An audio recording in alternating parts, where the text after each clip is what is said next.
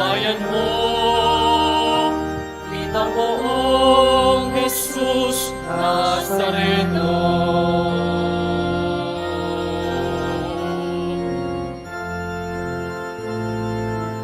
Tayo ngayon ay magtipon at sambahin ang Poon. Magdiwang tayo sa ating debosyon, purihin ang Panginoon. Viva Poong Jesus Nazareno, awit at papuri, alay namin sa'yo. Tingin ang dalangin at pagsamo ng bayan mo. Viva Poong Jesus Nazareno.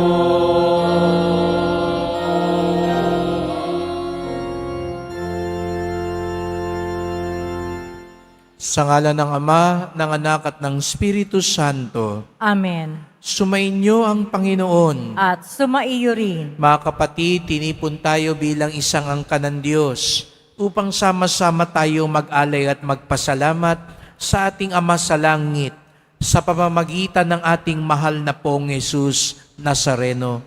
Kaya dumulog tayo sa mawaing Panginoon na nagpapatawad ng lubos.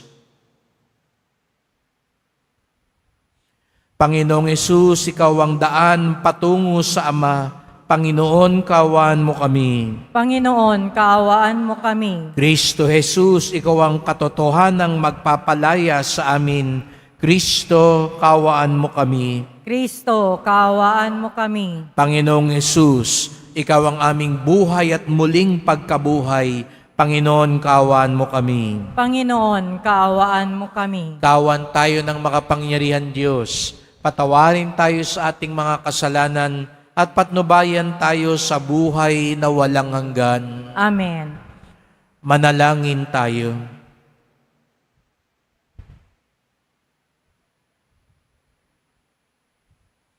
Ama naming makapangyarihan, inantig mo ang paring si San Juan Bosco upang maging ama at guro ng mga kabataan.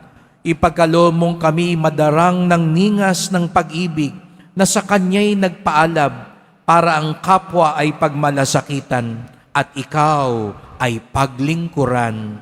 Sa pamamagitan ni Jesucristo, kasama ng Espiritu Santo, magpasawalang hanggan. Amen. Magsiupo muna ang lahat.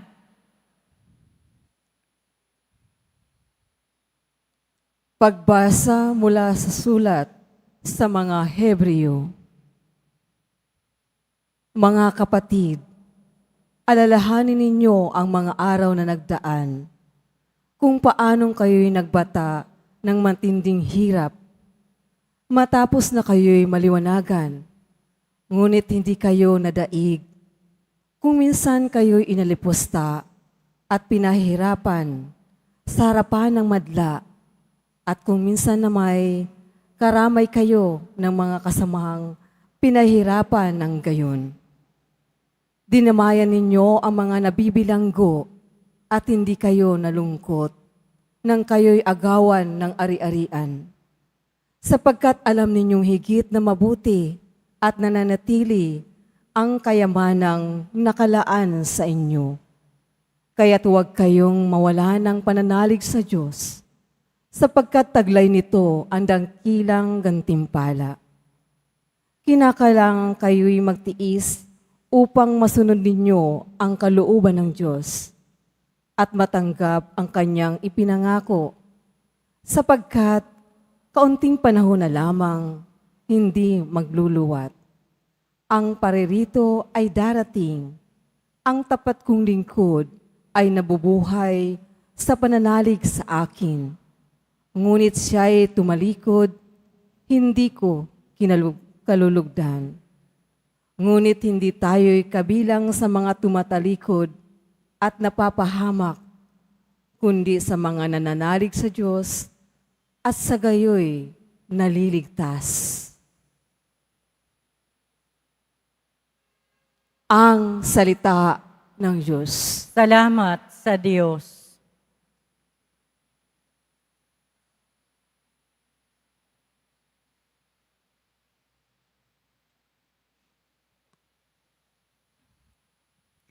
Nasa Diyos ang kaligtasan ng mga matuwid at banal. Nasa Diyos ang kaligtasan ng mga matuwid at banal.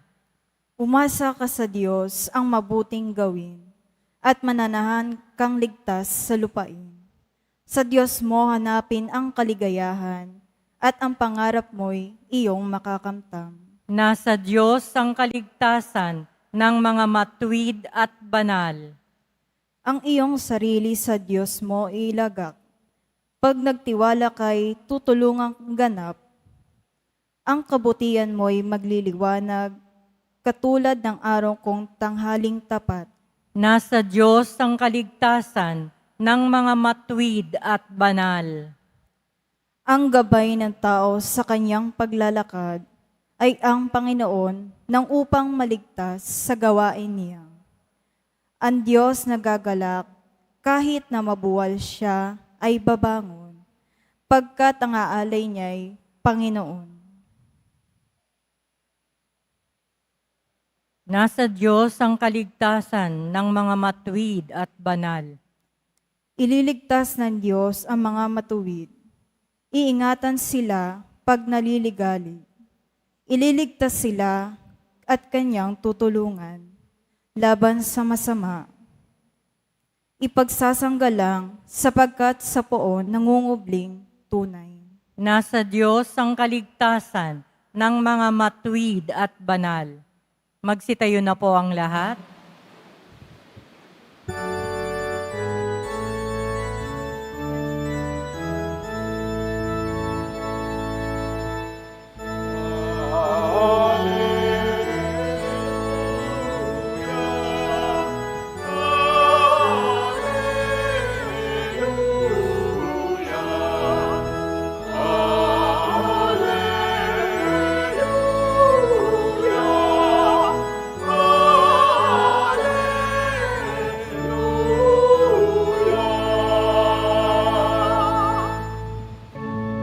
Papuri sa Diyos Ama, pagkat ipinahayag niya,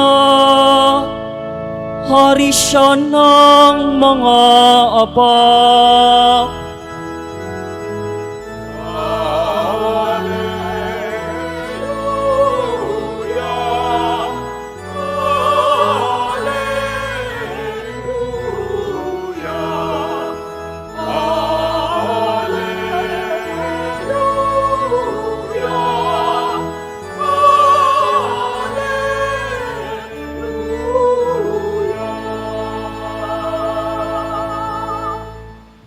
Sumainyo ang Panginoon. At sumaiyo rin. Ang mabuting balita ng Panginoon ayon kay San Marcos. Papuri sa iyo, Panginoon. Noong panahong iyon, sinabi ni Jesus sa mga tao, ang paghahari ng Diyos ay maitutulad sa isang naghahasik ng binhi sa kanyang bukid. Pagkatapos niyon, magpapatuloy siya sa kanyang pang-araw-araw na gawain. Tutubo at lalago ang binhi nang hindi niya nalalaman kung paano. Ang lupa'y siyang nagpapasibol at nagpapabunga sa mga pananim. Usbong muna, sa kauhay na pagkatapos ay mahihitik sa mga butil. Pagkahinog ng mga butil, agad itong ipagagapas sapagkat dapat nang anihin. Sa ano natin ihahambing ang paghahari ng Diyos? Sabi pa ni Jesus. Anong talinhaga ang gagamitin natin upang ilarawan ito? Tulad ito ng butil ng mustasa na siyang pinakamaliit sa lahat ng binhi. Kapag natanim na at lumago, ito'y nagiging pinakamalaki sa lahat ng puno ng gulay. Nagkakasanga ito ng malalabay. Ano pat ang mga ibon ay nakapamamugad sa mga sanga nito. Ang salita'y ipinangaral ni Jesus sa kanila sa pamamagitan ng maraming talinghagang tulad nito, ayon sa makakaya ng kanilang pangunawa. Hindi siya nangaral sa kanila nang hindi gumagamit ng talinghaga, ngunit ipinaliwanag niya ng sarilinan sa kanyang mga alagad ang lahat ng bagay. Ang mabuting balita ng Panginoon. Pinupuri ka namin, Panginoong Hesukristo. Magsiupo muna tayong lahat.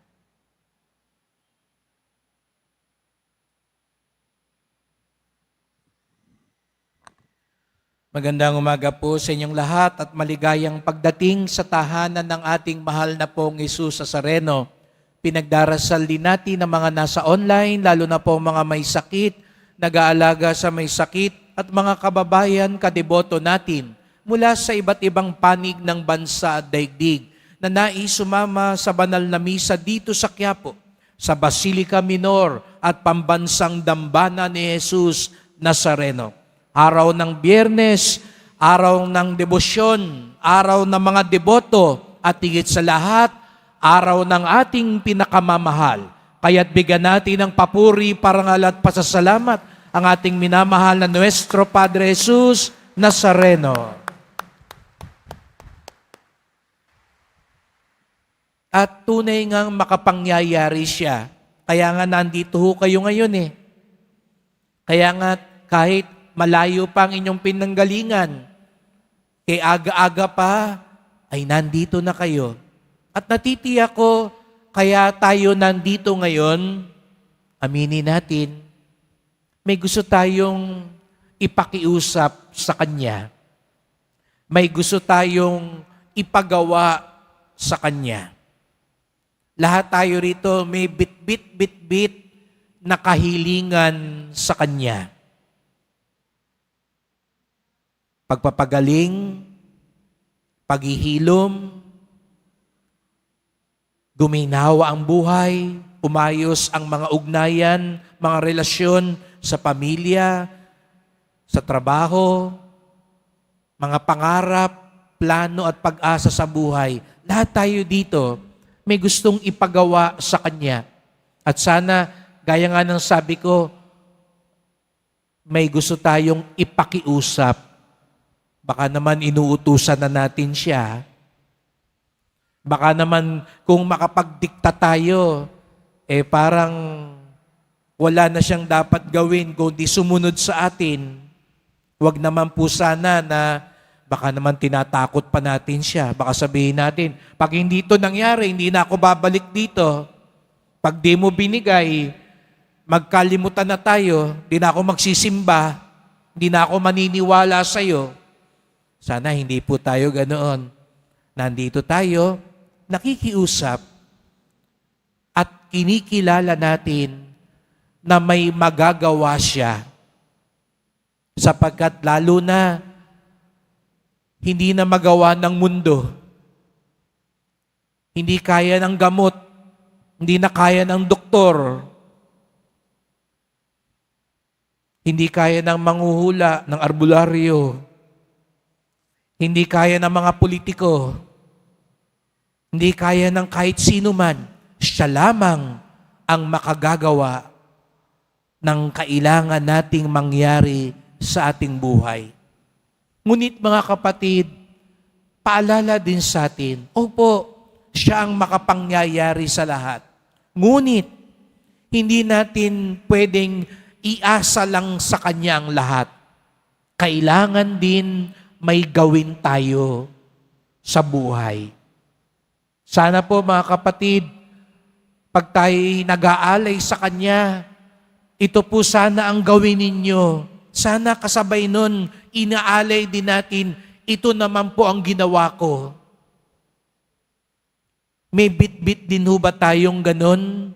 Pagharap natin sa Kanya, ito naman po ang munti kong ginawa. Ito po ang sinikap kong gawin.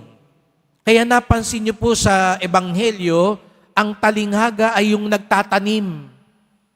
Alam natin, Yung mga iba siguro, yung mga bata, hindi na naintindihan masyado yung pagtatanim dahil laking syudad.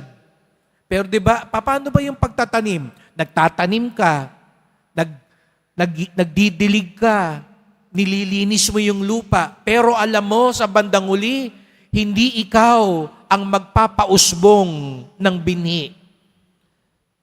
Pwede mo lang ihanda ang binhi, pero hindi mo alam kung ano nangyayari sa ilalim ng lupa. Ang talagang magpapatubo niyan, hindi ikaw, hindi yung nagtanim. Alam niyo yan, siguro naranasan niyo, anong nangyari? Nilagyan ko pa naman ng pataba, inaarawan ko naman, kinakantahan ko pa nga. Pero bakit hindi lumaki? Pero alam natin, may kailangan pa rin tayong gawin. Pag hindi ka nagtanim, walang lalago. Pag di mo diniligan, hindi yan lalaki. Pero sa bandang huli, ang Diyos pa rin ang magpapatubo dyan. Pero may kailangan tayong gawin. Kaya mga kapatid, ito rin yung ialay natin sa Panginoon. Kung magsasalita ang Poong Nazareno, baka sabihin niya, ay lugi naman ako lang lahat gagawa. May kailangan ka rin gawin. Gusto mo ng mapayapa, matuto kang magpatawad. Kung hindi mo kayang patawarin, ipagdasal mo man lang yung taong kinaiinisan mo. Baka naman yung dasal mo sa kanya, Lord, kunin mo na siya. No? Kunin mo rin yung dapat mong gawin. Gusto mong umasenso ang buhay mo, ayaw mo naman maghanap ng trabaho. Ayaw mong pag-igihan yung trabaho mo. Gusto mo maging maayos ang lahat. Lord, sana naman mahalin nila ako. Lord, bakit wala akong kaibigan? Sana naman maraming tao ang kumaibigan sa akin, magmahal sa akin. Paglabas na paglabas mo, nuknukan ka ng kasungitan. Ang sungit-sungit mo. Nakikipag-away ka lagi. Ang damot-damot mo. Dapat meron din tayong gawin. Lord, ayoko na ng kaaway. Paglabas mo naman, chismis ka ng chismis. Sinisiraan mo yung ibang tao. Tapos magrereklamo ka sa Nazareno, ang daming umaaway sa akin.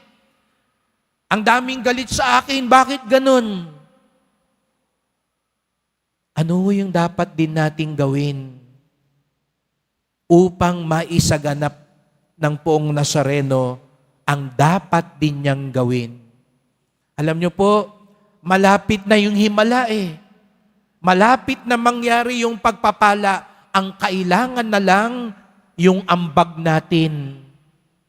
Nagdadasal ka, Lord, sana hindi na ako malulun sa bisyo. Sana hindi na ako malunod sa kasalanan. Punta ka ng punta dun sa mga lugar ng tukso. Ang sinasamahan mong tao, alam mo, yan ang magsasama sa iyo sa bisyo. Ayaw mong tanggihan. Mahihirapan ka talagang magbago. Mahihirapan ka talagang masaksihan ang pagpapala ng Diyos. Kaya mga kapatid, sana pag umaharap tayo sa Poong Nazareno, masabi din natin, ito po yung sinikap kong gawin. Bago natin hilingin siyang mangyari nawa ito, gawin niyo po ito, ito naman po ang aking ginawa.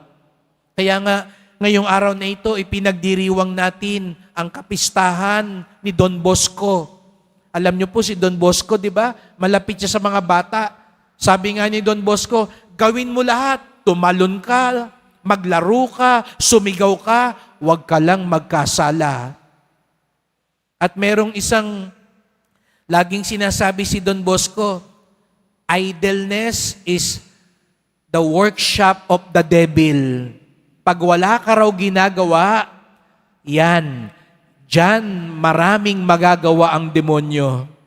Kaya yung taong walang ginagawa, tambay-tambay, tunga-tunganga, lagi lang banjing-banjing, yan ang paborito ng demonyo. Kaya yan dyan dumadami ang tukso.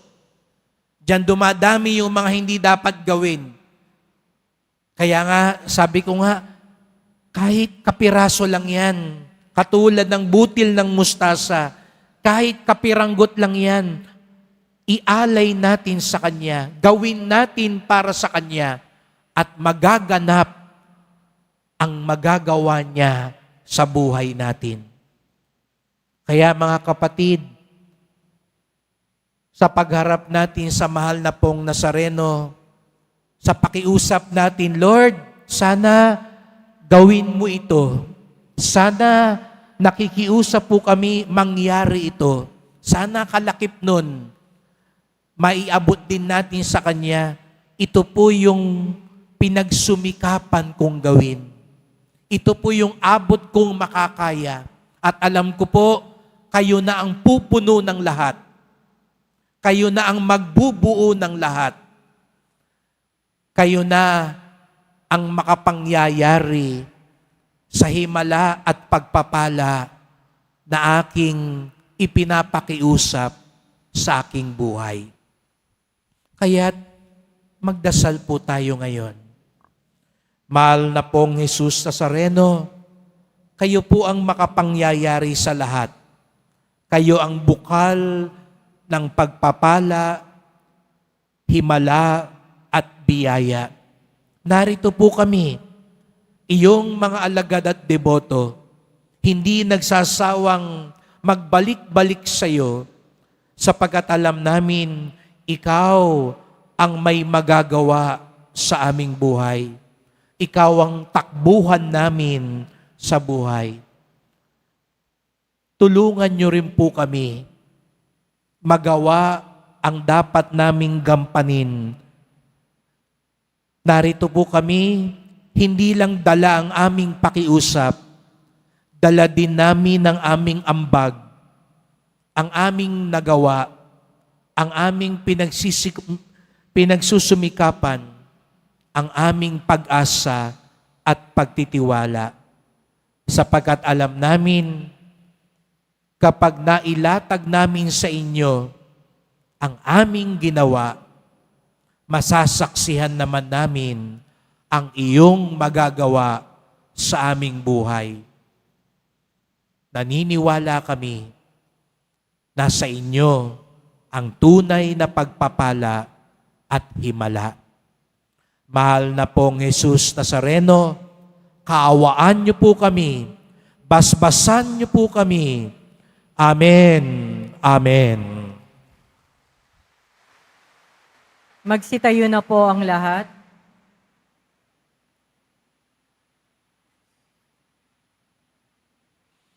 Mahal ko mga kapatid, puno ng pag-asa at pananalig, manalangin tayo sa Diyos Ama na nagnanais na lumawak pa ang Kanyang presensya sa ating buhay. Ang ating tugon, banal na maghahasik, gawin mong mabunga ang aming buhay. Banal na manghahasik, gawin mong mabunga ang aming buhay. Ang ating simbahan naway patuloy na umunlad at maging simbolo ng katarungan, pag-ibig at katotohanan sa daigdig. Manalangin tayo. Banal na manghahasik, gawin mong mabunga ang aming buhay. Bilang isang komunidad naway hindi tayo maging pabaya sa ating buhay pananampalataya. Pagkus, asamin natin ang Diyos araw-araw, maging sa mga pagsubok at paghihirap. Manalangin tayo. Banal na manghahasik, gawin mong mabunga ang aming buhay. Ang mga pamilya, lalo na ang mga bata, naway lumago at lumaki sa pamamaraan ng biyaya at umunlad na sinasalamin sa kanilang buhay si Kristo. Manalangin tayo. Banal na manghahasik, gawin mong mabunga ang aming buhay. Ang mga may sakit naway lumakas sa pananampalataya sa pamamagitan ng kanilang pagbabahagi kay Kristo ng kanilang mga pagtitiis. Manalangin tayo. Banal na manghahasik, gawin mong mabunga ang aming buhay. Ang ating mga mahal na yumao, naway anihin nila ang bunga ng kapayapaan, kaligayahan, at katahimikan sa kaharian ng Diyos. Manalangin tayo. Banal na manghahasik, gawin mong mabunga ang aming buhay. Sa ilang sandali ng katahimikan, ating ipanalangin ang iba pang mga pangangailangan ng ating pamayanan. Gayun din ang mga intensyon na inialay sa ating misa sa araw na ito. at isama rin natin ang ating mga pansariling kahilingan. Manalangin tayo. Banal na manghahasik, gawin mong mabunga ang aming buhay. Makalangit na Ama, tulungan mo kaming maunawaan ang kahalagahan ng panahon ng aming pag-iral. Buksan mo ang aming puso sa iyong salita upang lagi kaming mamunga ayon sa iyong kasiyahan. Hiling namin ito sa pamamagitan ni Kristong aming Panginoon. Amen. Magsiupo muna ang lahat.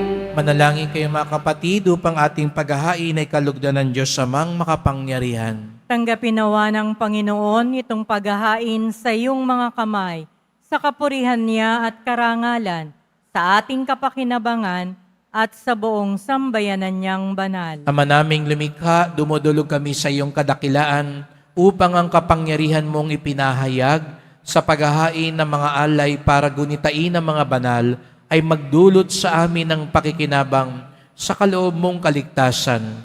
Sa pamamagitan ni Jesucristo, kasama ng Espiritu Santo, magpasawalang hanggan. Amen. Sumainyo ang Panginoon. At sumaiyo rin. Itaas sa Diyos ang inyong puso at diwa. Itinaas na namin sa Panginoon. Pasalamatan natin ang Panginoong ating Diyos. Marapat na siya ay pasalamatan. Ama naming makapangyarihan, tunay ngang marapat na ikaw ay aming pasalamatan sa pamamagitan ni Jesucristo na aming Panginoon. Ngayong si San Juan Bosco ay pinararangalan sa pamumuhay niyang totoong uliran at pagiging maasahan sa panunungkulan. Kaya't si Jesucristo na maasahan sa katapatan ay inihahayag sa pangangasiwa sa sambayanan. Ang malasakit ng mga ulirang tagapangasiwa noon ay nagpapatuloy magpanggang ngayon sa mga panalangin kanilang iniukol kaisa ng sambayanan mong dito'y nagtitipon. Kaya kaisa ng mga anghel, nagsisiawit ng papuri sa iyo nang walang humpay sa kalangitan, kami nagbubunyi sa iyong kadakilaan.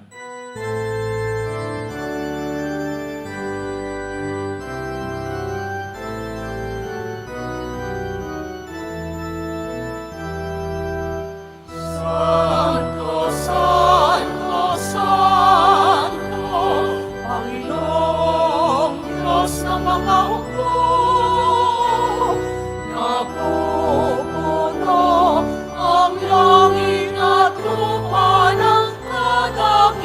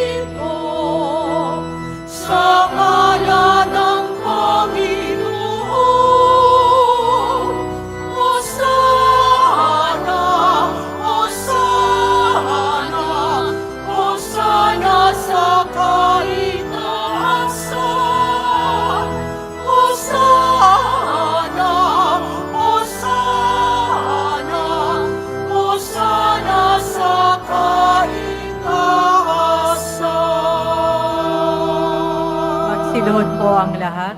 Ama naming banal, ikaw ang bukal ng tanang kabanalan. Kaya't sa pamamagitan ng iyong Espiritu, gawin mong banal ang mga kaloob na ito, upang para sa amin maging katawan at dugo ng aming Panginoong Hesu Kristo. Bago niya pinagtiis ang kusang loob na maging handog, hinawakan niya ang tinapay, pinasalamatan kanya, pinaghati-hati niya yon. Iniabot sa kanyang mga alagad at sinabi, "Tanggapin ninyong lahat ito't kanin. Ito ang aking katawan na ihahandog para sa inyo."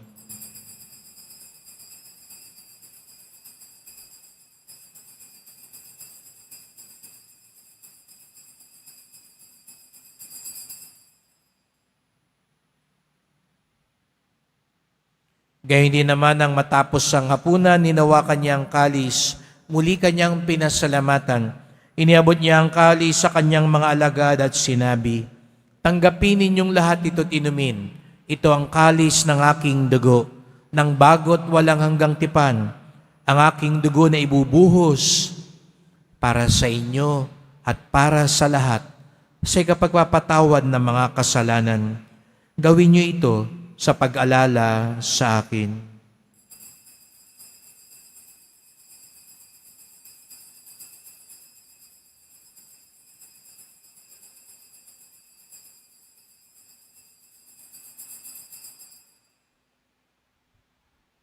Magsitayo na po ang lahat. Ipagbunyi natin ang misteryo ng pananampalataya.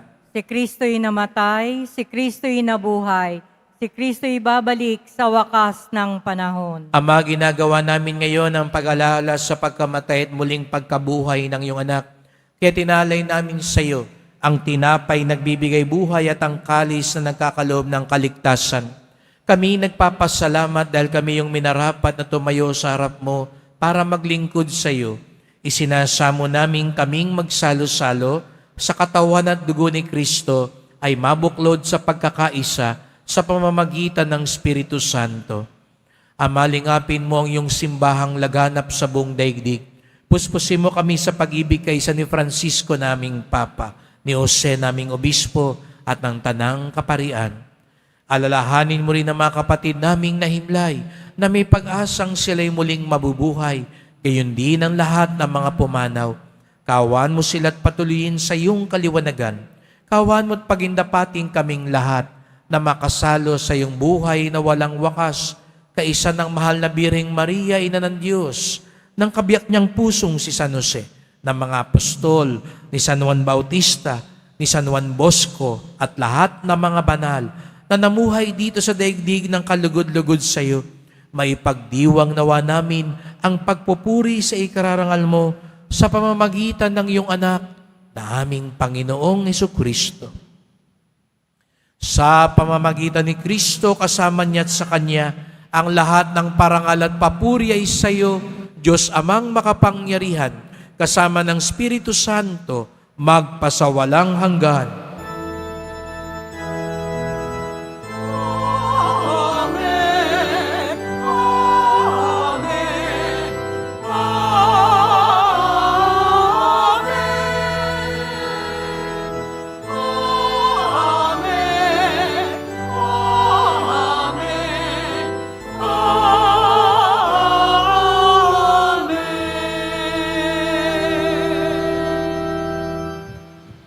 Lubos ang ating tiwala at pag-asa sa Diyos, kaya sama-sama tayong umawit sa ating Ama sa Langit.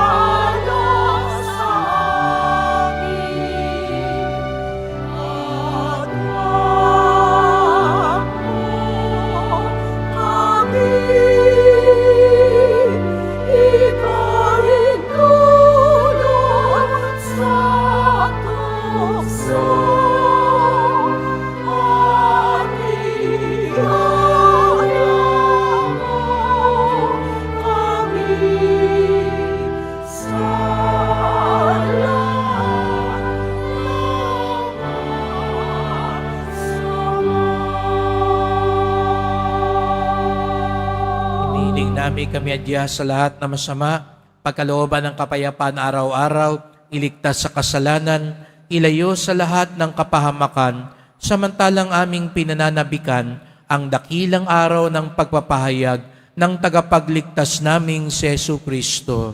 Sapagkat iyo ang kaharian at ang kapangyarihan at ang kapurihan magpakailanman. Amen. O Panginoong Kristo, sinabi mo sa iyong mga apostol, at ngayon sinasabi mo sa amin lahat dito, kapayapaan ang iniiwan ko sa inyo, ang aking kapayapaan ay binibigay ko sa inyo. Tunghayan niyo pong aming pananampalataya, huwag pong aming mga kasalanan, at pagkalooban kami ng kapayapaan at pagkakaisa, ayon sa iyong kalooban, kasama ng Espiritu Santo, magpasawalang hanggan. Amen. Ang kapayapaan ng Panginoon ay laging sumainyo. At sumaiyo rin. Magbigayan kayo ng kapayapaan sa isa't isa.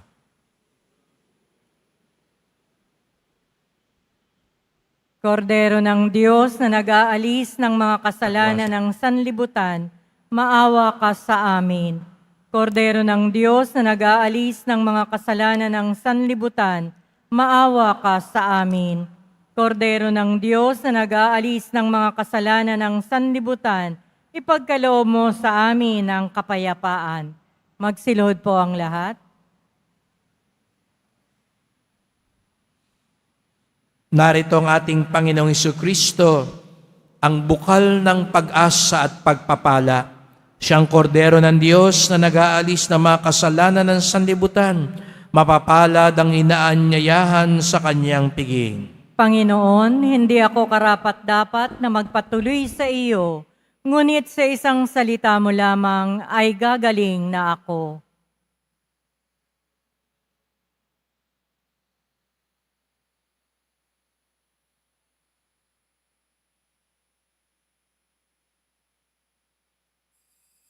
Para sa lahat ng tatanggap ng banal na komunyon, sasagot po tayo ng Amen, pagkasabi ng pari o ng lay minister ng katawan ni Kristo, at isubo agad sa bibig bago mali sa harapan ng pari o lay minister. Sumunod po tayo.